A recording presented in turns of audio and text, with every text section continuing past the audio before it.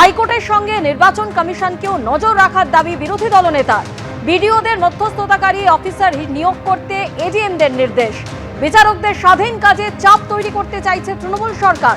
কারচুপির চেষ্টা চালাতে পারে মমতা বন্দ্যোপাধ্যায়ের সরকার, অভিযোগ করছেন বিরোধী দলনেতা শুভেন্দু অধিকারী।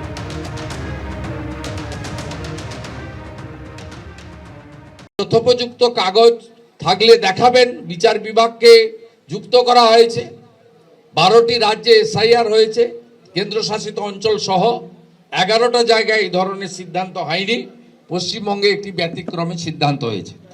আমি অনুরোধ করব যে কোনো লিয়াজো অফিসারকে আপনি অ্যালাউ করতে পারেন না বা করবেন না। লড়াই বাছাই হবে ডকুমেন্টের ভিত্তিতে, অর্থাৎ কাগজের ভিত্তিতে, প্রমাণের ভিত্তিতে, এবং সেক্ষেত্রে জুডিশিয়াল অফিসাররা হচ্ছে চূড়ান্ত সিদ্ধান্ত অ্যাকসেপ্ট অর রিজেক্ট করবেন।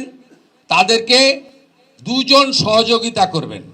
একজন ভারত সরকারের যে কর্মচারীরা, আধিকারিকরা এসেছেন, মাইক্রো অবজারভার, তারা থাকবেন।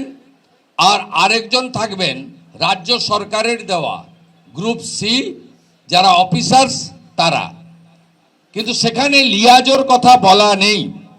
এই লিয়াজো আমরা দেখেছি পুলিশ অবজারভার, জেনারেল অবজারভারদের সঙ্গে বিশেষ রাজনৈতিক দলের লোকেদেরকে লিয়াজো করা হয় এবং তারা লিয়াজো অফিসার হিসেবে প্রথমে ম্যানেজ করার চেষ্টা করেন, পরে যদি কথা না শোনেন, ম্যানেজ না হন, বাধা দেওয়ার চেষ্টা করেন।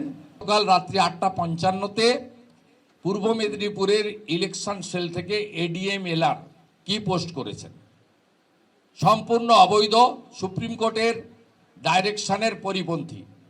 ওয়েস্ট বেঙ্গলকে অনুরোধ করব যে এর বিরুদ্ধে ব্যবস্থা নেওয়ার জন্য। আমি এরপরে সোশ্যাল মিডিয়াতেও দেব এবং বিজেপির পক্ষ থেকে আমরা রিটিন কমপ্লেনও সিইসিকে, আমরা ইসিআইকে পাঠাবো। শুভেন্দু অধিকারীর এই অভিযোগ নিয়ে তৃণমূল মুখপাত্র অরূপ চক্রবর্তী কি বললেন, শুনুন। কোন জায়গায় নির্বাচন কমিশনকে নামিয়েছে এরা, আর সেই নির্বাচন কমিশনকে এখন জাস্টিফাই করার জন্য শুভেন্দু অধিকারী স্টেটমেন্ট দিচ্ছেন। এটা স্টেটমেন্ট দিচ্ছেন না অর্ডার দিচ্ছেন? উনি কি সুপ্রিম কোর্টের ওপরে নাকি লিডার অফ অপোজিশন? নিজেকে ভাবেন? সুপ্রিম কোর্ট ডাইরেক্টিভ দিয়ে দিচ্ছে, তারপর উনি অর্ডার দিচ্ছেন যে কিভাবে কাজ করতে হবে আর না হবে। মনোজ আগরওয়াল, ভ্যানিশ কুমারদের ন্যূনতম লজ্জা থাকতো, বাংলার মানুষের কাছে হাত জোর করে ক্ষমা চাইতো। সে তো করেইনি, উল্টে তাদের এজেন্ট শুভেন্দু অধিকারীকে লেলিয়ে দিয়েছে ওই জলটাকে ঘুলিয়ে দিয়ে, রাজনীতির ঘোলা জলে মাছ ধরার জন্য। দুর্নীতি থেকে অনুপ্রবেশ, তোষণ, একগুচ্ছ অভিযোগ তুলে শাসক দলের বিরুদ্ধে চার্জশিট পেশ করল বিজেপি। একদিকে যখন চার্জশিট পেশ করছেন দক্ষিণ 24 পরগনায় বিরোধী দলনেতা শুভেন্দু অধিকারী, তখন আসানসোলে অগ্নিমিত্রা পাল পেশ করলেন চার্জশিট।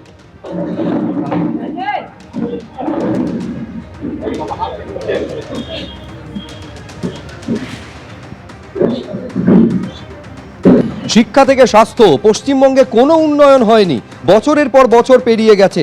চার্জশিট পেশের পর তৃণমূলকে আক্রমণ শানিয়ে বিজেপি বিধায়ক অগ্নিমিত্রা পাল এই মন্তব্য করছেন। পাল্টা শাসক দলের তরফে কটাক্ষ করে বলা হচ্ছে হাস্যকর চার্জশিট, বলছেন নারী ও শিশু কল্যাণ মন্ত্রী শশী পাঁজা। বছরের পর বছর পেরিয়েও অধরা মানবাজার সুপার স্পেশালিটি হাসপাতাল, শুধু অধরা মানবাজার কেন, আজকে 42টা super speciality hospital. Mamata Banerjee, super speciality হসপিটালের মানেটা কি একটু বলবেন তো?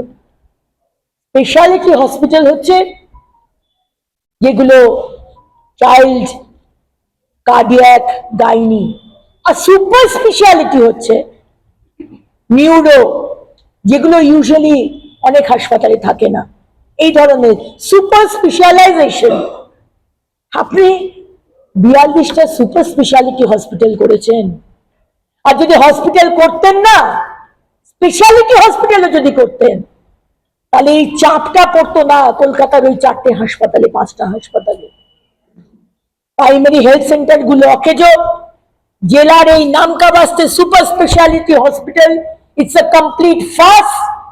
মানে এবারে খুঁজে খুঁজে পাচ্ছে না যে কি বলবে বিধায়কের বিরুদ্ধে, একটা কি চার্জশিট তৈরি করছে, মানে যেটা গিমিক। মানে মাটিতে কোনো সম্পর্ক নেই, মাটির স্তরে নেমে গিয়ে মানুষের পালস বোঝে না। তাহলে ওই ডাব্বাগুলো বসিয়েছেন কেন? আপনি কি আপনার কি বলে ওটাকে পরিকল্পনা করবেন, কিংবা আগামী দিনে নির্বাচনের আগে যে ইশতেহারের আইডিয়াই পাচ্ছে না, তারা জানেনই না যে মানুষের পালসটা কি। বাক্স বসিয়েছেন যে আপনি যদি সাজেশনস দিতে পারেন, তার মানে মানুষের থেকে কত দূর চলে গেল। এবং যারা নির্বাচিত সাংসদ এবং বিধায়করা, তারাও মাটির স্তরে কোনো যোগাযোগ রাখলো না, কোনো আইডিয়া দিতে পারছে না। তারপরে এই চার্জশিট দেখে হাস্যকর চার্জশিট। এবিপি আনন্দ, এগিয়ে থাকে, এগিয়ে রাখে।